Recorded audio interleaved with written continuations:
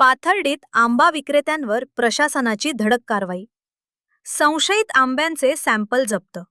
शेवगाव येथे आमरस खाल्ल्याने 7 जणांना विषबाधा झाल्याची घटना समोर आल्यानंतर पाथर्डी प्रशासन सतर्क झाले आहे.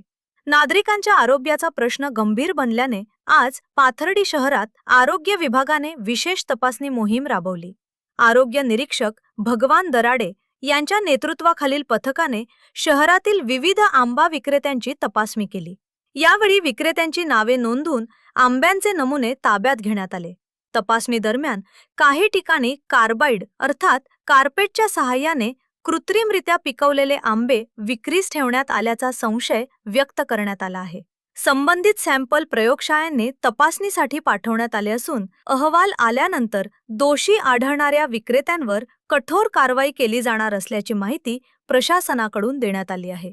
तसेच नागरिकांनी आंबे खरेदी करताना सावधगिरी बाळगावी आणि संशयास्पद फळांची माहिती प्रशासनाला द्यावी असे आवाहनही करण्यात आले आहे.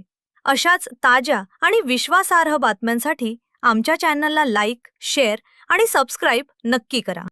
पाथर्डी तालुक्यामध्ये आरोग्य विभागाने आंबे विक्रेत्यांवर धडक मोहीम राबवण्यासाठी आम्हाला अशी माहिती मिळाली की सदर मार्केटमध्ये आंबा हा कॅल्शियम कार्बाइडने पिकवलेला आंबा येत आहे. त्यामुळे मुलांना विषबाधा होऊ शकते. मुलांना पोटाचे विकार, जुलाब, उलट्या वगैरे असे आजार होऊ शकतात. यामुळे आज आपण पाथर्डी तालुक्यात सर्व आरोग्य विभागाने आंबे विक्रेत्यावर धडक मोहीम राबवून त्यांचे आंब्याचे नमुने घेतलेले आहेत. सदर नमुने हे राज्य प्रयोगशाळा पुणे येथे तपासणीसाठी पाठवण्यात येणार आहेत.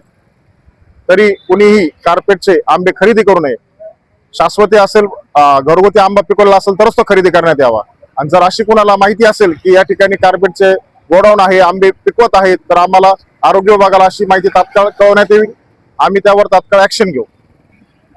संपर्क नंबर 79 72 58 19 62, तालुका आरोग्य अधिकारी कार्यालय, पंचायत समिती पाथर्डी.